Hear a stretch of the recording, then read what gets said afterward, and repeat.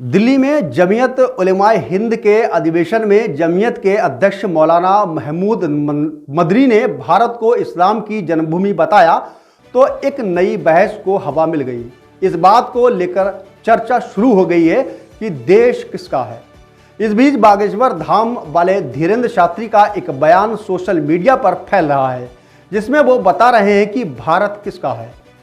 देश की राजधानी दिल्ली में रविवार 12 फरवरी को मुसलमानों के बड़े संगठन जमीयत उलमाए हिंद का राष्ट्रीय अधिवेशन संपन्न हुआ। अधिवेशन में वैसे तो इस्लाम और मुसलमानों की बेहतरी पर चर्चा होनी थी, लेकिन चर्चा में आ गए अपने विवादित बयानों को लेकर कई मौलाना।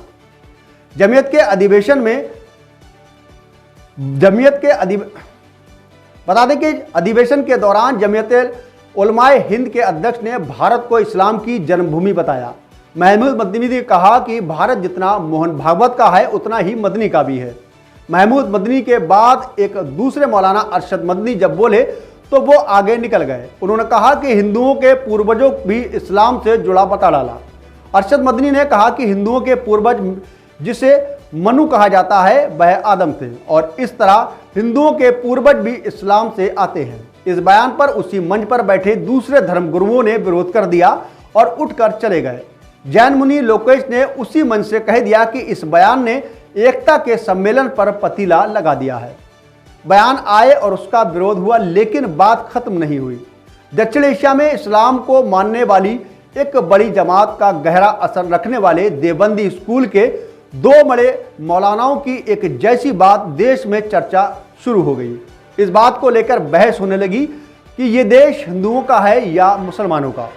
वैसे ये पहली बार नहीं हुआ है कि जब बहस छिड़ी है। बागेश्वर धाम वाले धीरेन्द्र शास्त्री भारत को हिंदू राष्ट्र बनाने की बात कर रहे हैं। देश में सनातन सरकार चाहते हैं। वही धीरेन्द्र शास्त्री के हिंदू राष्ट्र में किसे जगह मिलेगी, इसके बारे में उन्होंने खुद ही बताया है। अपने एक प्रवचन में धीरेन्द्र शास्त्री कहते हैं कि सामाजिक समरसता, सबसे प्रेम, सर्वधर्म समन्वय, हिंदू राष्ट्र का मतलब हमें किसी पंथ से मतलब है।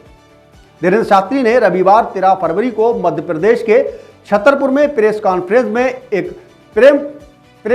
में उन्होंने कहा था कि भारत को हिंदू राष्ट्र बनाना उनका लक्ष्य है, सबको सनातनी बनना उनका लक्ष्य है। वहीं बागेश्वर धाम सरकार ने देश में सनातन विरोधियों के बहिष्कार की अपील भी की है।